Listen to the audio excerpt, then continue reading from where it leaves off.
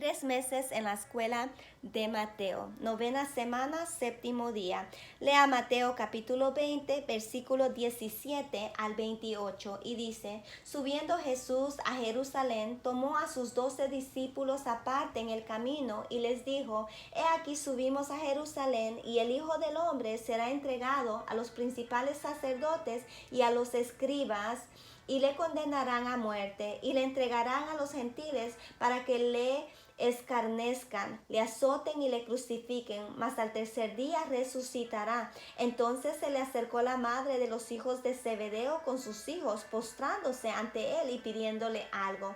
Él le dijo: ¿qué quieres? Ella le dijo: ordena que en tu reino se sienten estos 2 hijos míos, el uno a tu derecha y el otro a tu izquierda. Entonces Jesús respondiendo le dijo: no sabéis lo que pedís. ¿Podéis beber del vaso que yo he de beber y ser bautizados con el bautismo que yo soy bautizado? Y ellos dijeron: podemos. Él les dijo: a la verdad, de mi vaso beberéis, y con el bautismo con que yo soy bautizado seréis bautizados. Pero el sentarnos a mi derecha y a mi izquierda no es mío darlo, sino a aquellos para quienes está preparado por mi Padre. Cuando los 10 oyeron esto, se enojaron contra los hermanos. Entonces Jesús, llamándolos, dijo: ¿sabéis que los gobernantes de las naciones se enseñorean de ellas, y los que son grandes ejercen sobre ellas potestad? Mas entre vosotros no será así, sino que el que quiera hacerse grande entre vosotros será vuestro servidor, y el que quiera ser el primero entre vosotros será vuestro siervo. Como el Hijo del Hombre no vino para ser servido, sino para servir y para dar su vida en rescate por muchos. Veamos. El texto comienza repitiendo lo que Jesús les había dicho anteriormente a los discípulos, que iba a Jerusalén a sufrir, morir y por último resucitar.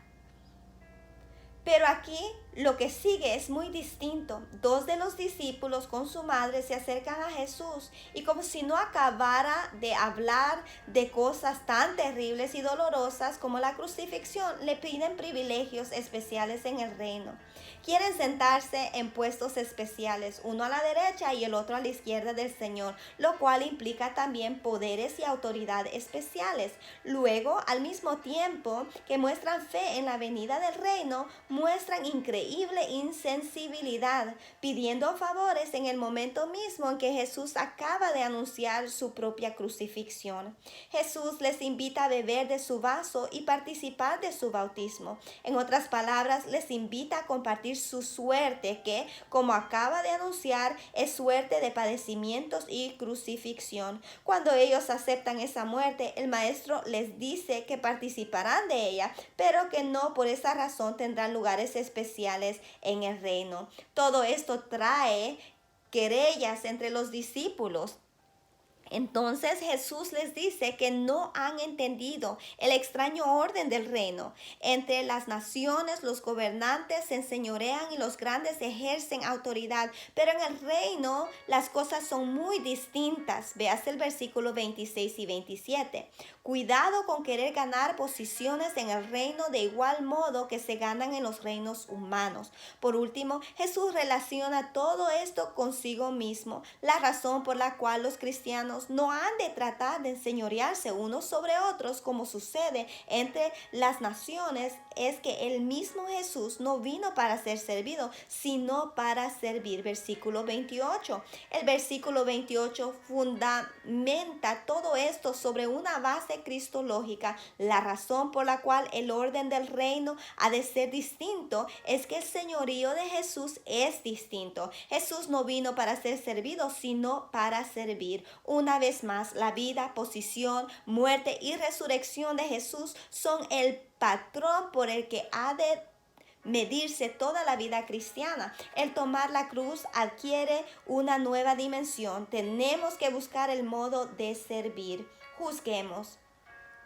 Durante todas estas semanas hemos hablado del contraste entre el orden del reino y el de la sociedad humana. Hemos visto ese contraste en diversos puntos. Al principio de esta serie de estudios hablamos acerca de cómo podemos hacer que nuestras celebraciones navideñas den testimonio de que nació del que nació en Belén y de su reino. Más adelante vimos cómo las parábolas hablaban del reino y cómo los milagros de Jesús son anuncio de ese reino.